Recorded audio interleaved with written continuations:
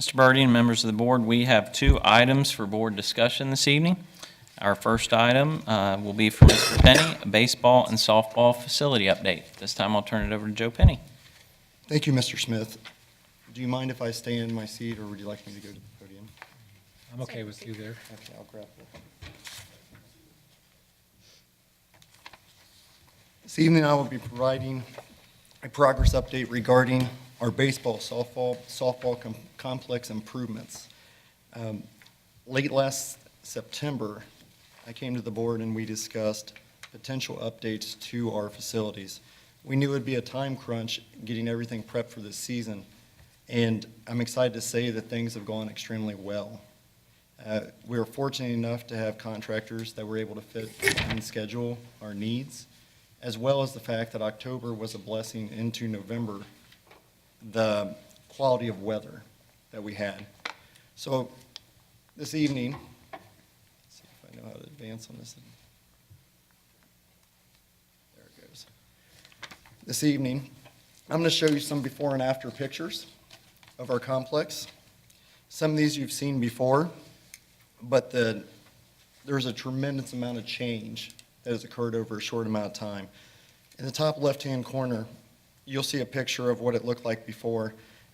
You'll see on the far side, you'll see stands, which are in grass that turns quickly to mud or turn quickly to mud during the spring for our spectators.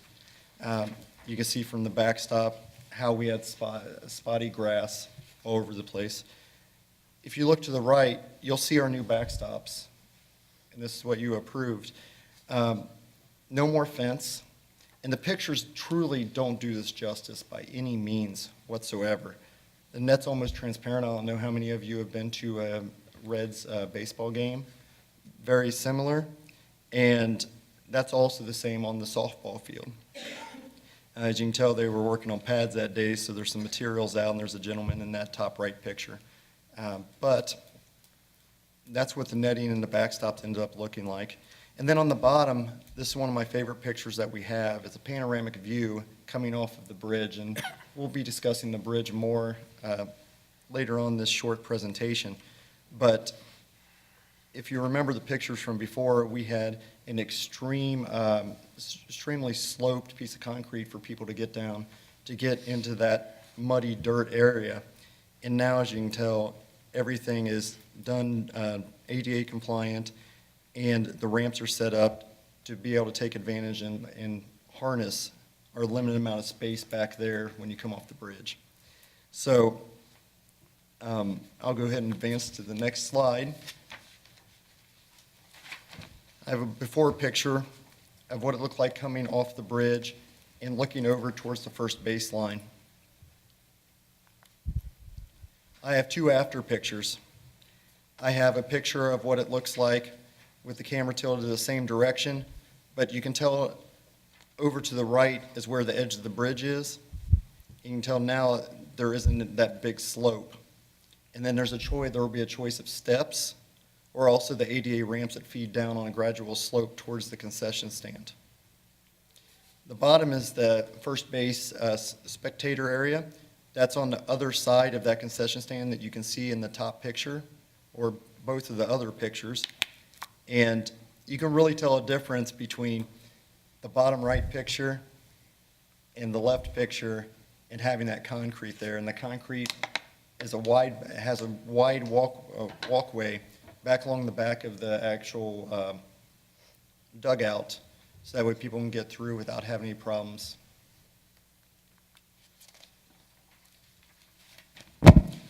On the home spectator side, which this is one of the areas that was incredibly damp, and we struggled greatly with having spectators stay clean. You can tell the after effects of this, which this picture squeezed down a little bit, makes the spatial sense on it look a little bit narrow, but it's a very wide area, and now everything is has concrete and comes off of those steps for a very pleasurable viewing, spectating area. The next page that I have within this presentation, we have the before and after pictures of what we've done with the bridge coming across. The first picture shows that we had some erosion around the bridge, and we had an inspection done of the bridge. We're actually now going to be on an annual evaluation cycle. We've worked with the city, and as the company comes out to evaluate the bridge and bridges and do inspections for the city, they're also going to come past and they'll do our pedestrian bridge also. So that way we're in compliance with that. But the before and afters on this, they are amazing. From the before and showing the erosion into the after in the type A bank reinforcement that we put in place to make sure we protect the safety of the bridge, but also aesthetically. It's, I think, a very nice touch that shows an improvement to our complex back there. Go on to the next slide. Here's a picture on the left of the infamous ramp that I've been referring to during this presentation. It shows how incredibly steep it was. The next set of pictures is another picture that clearly shows what it looks like coming off the ramp or coming off the bridge, parts of the bridge, and then also the bottom one is a picture as you're walking over the bridge. And I know there will be a time that everyone will see this field, you know, on their own. The pictures just don't do it justice by any means, the before and afters. One other thing that we're doing is the current bridge, I guess the railing or the fence mesh that goes across that is painted red. We're going to go ahead and have vinyl, black vinyl, really clean and nice fencing railing put on there. And then what's going to happen is on both sides of the bridge, because we have that stone or that type A riprap, that rock, it's going to come off the bridge and then it's going to peel to the sides.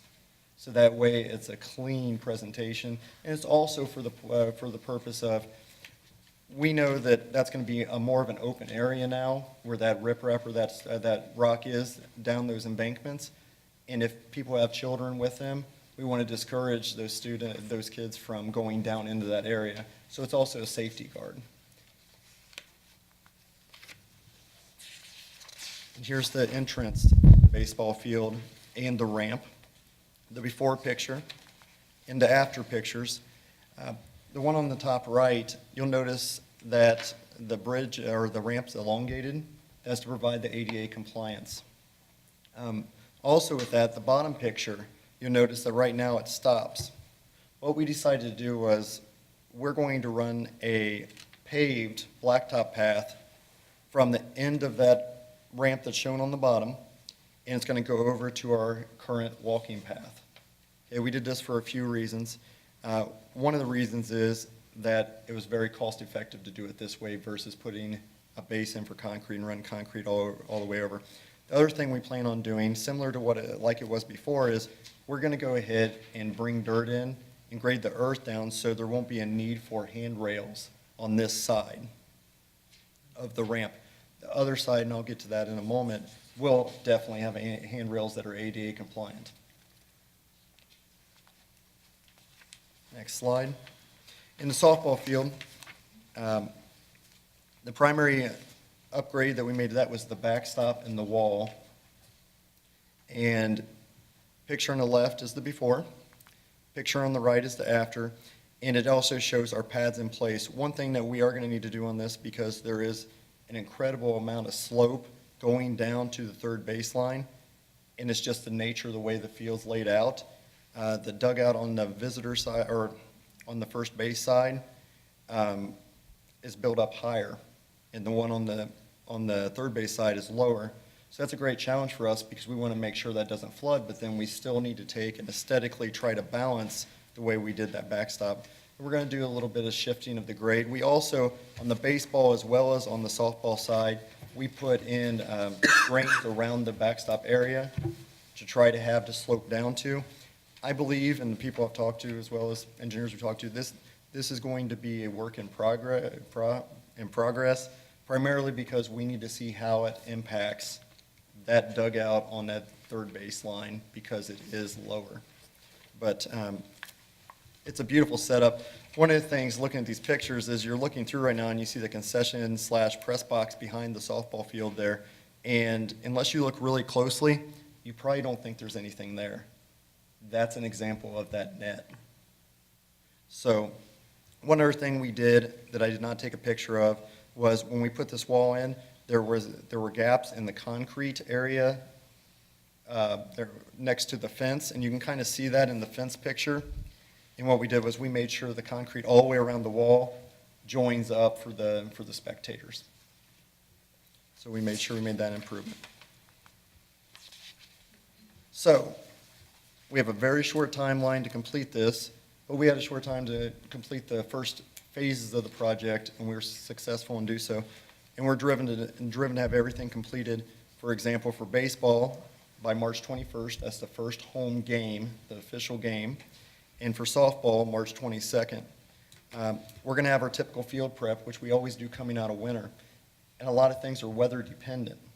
But as far as things that are not weather dependent, we have everything in line. For instance, for the handrails on the baseball side coming down, we have them being fabricated, and we've been promised those will be installed in time. So that's one example. Like I said, the typical field prep on both fields. We're going to also look at some grading adjustments, which I think is going to be an ongoing process as we feel things out because of the modifications that we have made. And then walking path to bridge. So for the asphalt portion, going from the walking path to the actual ramp to go across to the baseball field, asphalt plants don't open until it's warm enough for asphalt plants to open. So regardless, we're going to have a path there, even if we don't have a paved one by March 21st. We'll put the base down that's required to go under the blacktop, and then as soon as those plants open, which we're hoping they open beforehand, but if they do not, then they'll be paved. But either way, we want to make sure we have that gravel base going across, so that way there is accessibility.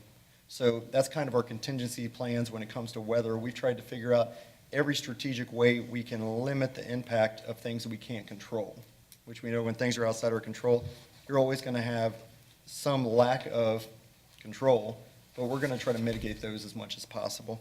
The other thing that we've discussed, and the athletic director, myself, Mr. Smith, everyone's discussed, is having two options for restrooms. At this point, we're having portable units out at the fields, and as well, Creekside Middle School will be open.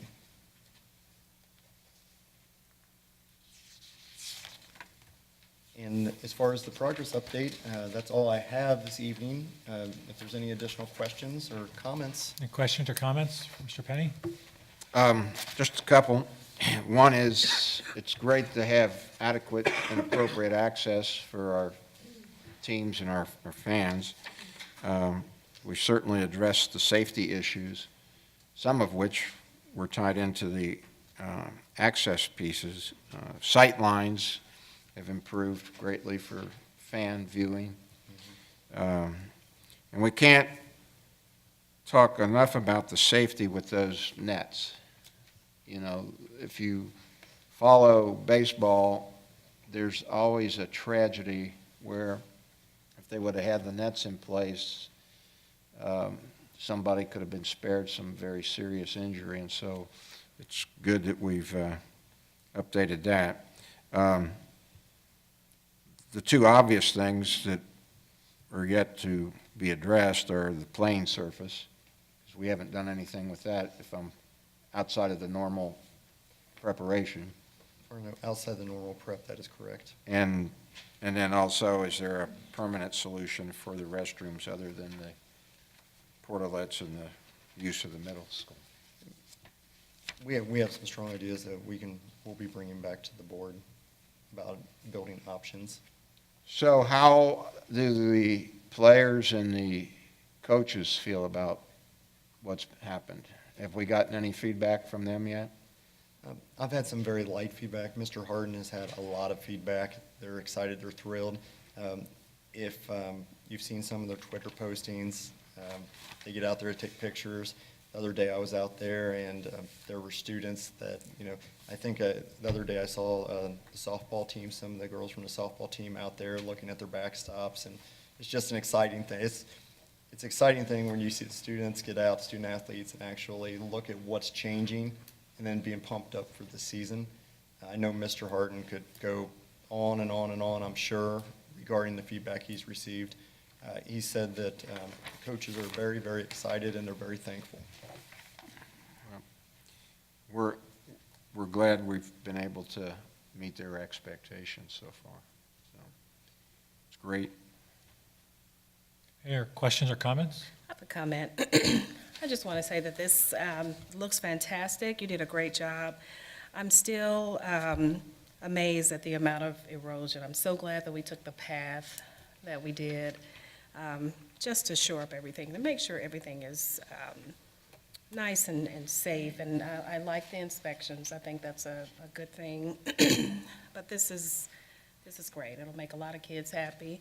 It makes me feel better, just looking at what we've done to shore up the property there. Great job. Thank you. Our team worked very hard on it. Yes. I know you're feeling pressed to get the project done in time for the season, but I think you made amazing progress, considering just how wet this off-season has been. To get this done is great. And to second Mrs. Shorter's comments, I agree that the work in the creek with the rock bedding there is, that's awesome. That's great. Get that done and to stabilize that. Well done. Pass it along to the appropriate folks, our appreciation, and our appreciation to you Yes. for leading the project. But I also know that you had lots of other support, so I did. We have a great team. make sure everybody knows that. I'm looking forward to opening day now. That's right. Not the Reds opening day, I'm looking forward to the Fairfield's opening day. Yes. We'll keep pressing forward. Great. Thank you, Mr. Penny. Mr. Smith? Yep. All right, our next item, should I say items for discussion, a long list of board policies. It's going to be a tag team effort. Mr. Martin and Mrs. Lane, at this time, I'll turn it over to Mr. Martin. Thank you, Mr. Smith, Mr. Birding, and members of the board. We want to discuss 11 policies this evening. I have the easy job because I'm discussing only 2 policies, and the policies are duplicate of each other, so I'm really only discussing 1 policy. Mrs. Lane has been working very hard for a number of months to get the remaining policies updated. The policy I'm presenting to you is called Staff-Student Relations. It's policy GBH. It also appears as policy JM. It's the exact same policy. There's really no changes to the first page of the policy, but the very last section of it was formerly called networking websites, and we found that that terminology was very restrictive, and so it's been changed to meet up with the OSBA recommendations, and it's now just called social media. And the language has actually been strengthened throughout this policy. In the past, that you can see some strike-throughs where we did use the word website. Now we're talking not just a website, but really any social media platform. So the language has been broadened. We've clearly stated that if anything that's being done, any technology that's being used violates state or federal law relating to staff or student privacy, that it's strictly prohibited. So that's strengthened that language. We've kept the information in there about fraternization, becoming over-familiar between district staff member and students. That remains. Texting is always done on the phone, but that language has now been broadened to text messaging, which can be done on other social media platforms. So it's been broadened as well. We also have all this listed now in staff and student codes of conduct and staff and student handbooks. So it appears there as well. And then the last sentence that's been added, it talks about, it gives permission. Staff members are not supposed to access personal social media during school hours, but it gives permission for the use of social media that's created specifically for a curricular, co-curricular, or extracurricular purpose. And we put that language in there. And then in the handbooks, it goes into greater detail. It even talks about that if you are using social media for curricular, co-curricular, or extracurricular purposes.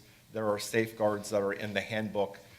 If they're using this, say, for a sports team, there's always other adults who are on any communication that happens. It's not just one person communicating with a student, so we've broadened the safety net there as well.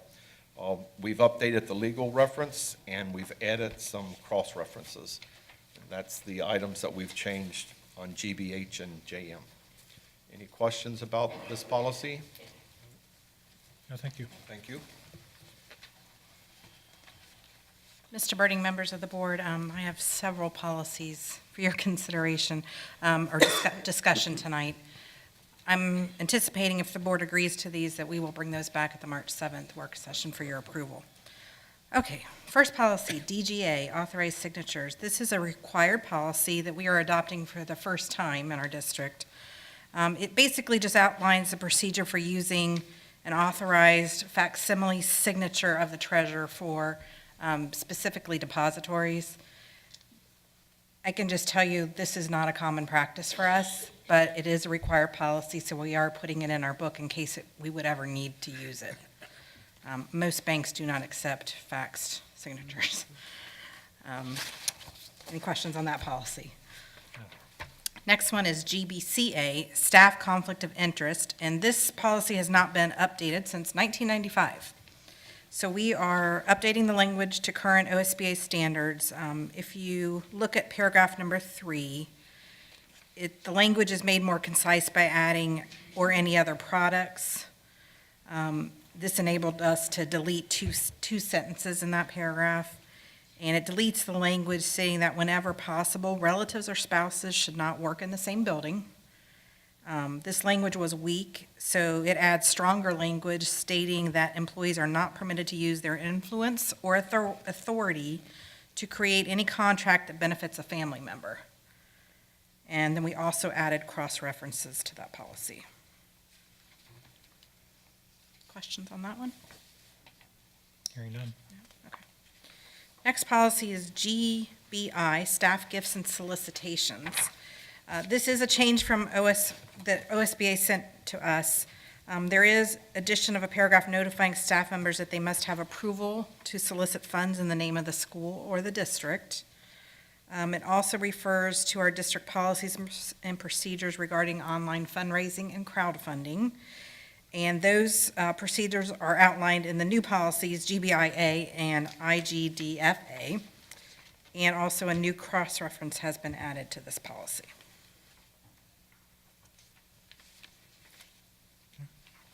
Moving along. Our next policies are GBIA and IGDFA, which are about online fundraising campaigns and crowdfunding. These are the same exact policies, and they address the relatively new phenomenon of online fundraising campaigns and crowdfunding. So think of GoFundMe, Donors Choose, those type of sites. These policies outline processes which will safeguard the district and the fundraiser itself. Any of the donations that come to the district, which include money, property, equipment, or materials, must be accepted by the board and becomes the property of the district. So if a staff member secured a donation of materials, those materials would stay with the district if that staff member left the district for any reason. It is property of the district once it comes into our facilities. So this has been a hot topic. And it's one that's being talked about almost at every meeting I go to now. So I just wanted to explain a little bit more on that one. We also have created a form for our staff to use to present to us for approval of whatever fundraising idea they have, where they're going to use online fundraising, crowdfunding. Great idea. Okay. All right, moving on to IGDF. Student fundraising activities. This policy has not been updated since 1995, and this revision will bring us in sync with the OSBA policy. So we have changed the name of the policy and the letter identifier at the top, if you see that.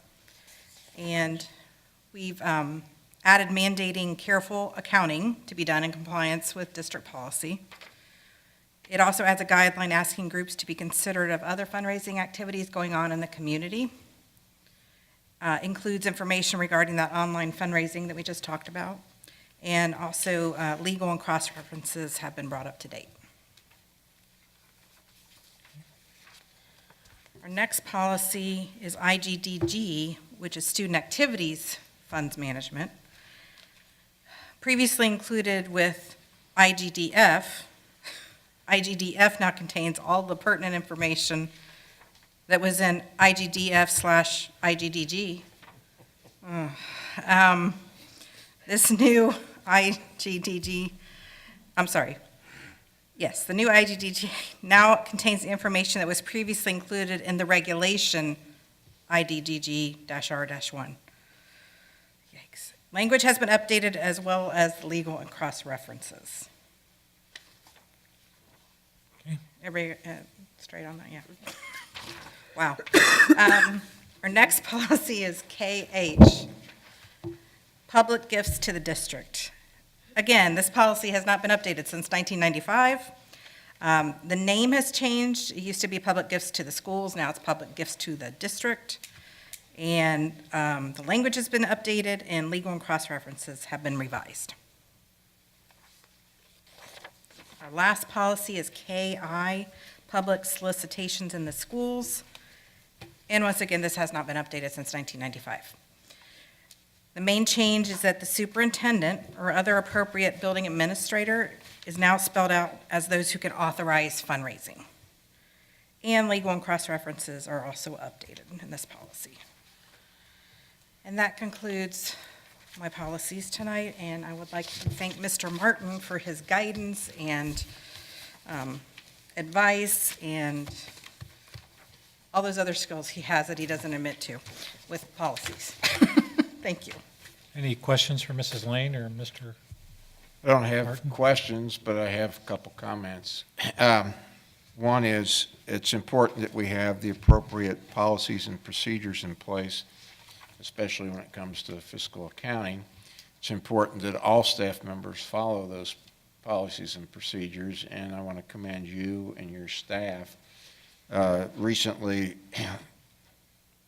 Mrs. Lane received an excellent auxiliary review and also the Auditor of State Award. And what that tells me is that we have the right policies and procedures in place because we've passed the muster on those items, and that our staff farther down the line are following policies and procedures so that we qualified for those two awards, and that's to your leadership. And Thank you. so now we're going to have some changes. The big challenge is then to make sure everybody's following the new procedures and policies, and I'm sure all of you will work very hard at notifying our staff of the changes and their responsibilities so that we can continue that fiscal accountability excellence that we're so proud of. And used to. Thank you. Any other questions or comments? Thank you, Mrs. Lane. Thank you, Mr. Martin.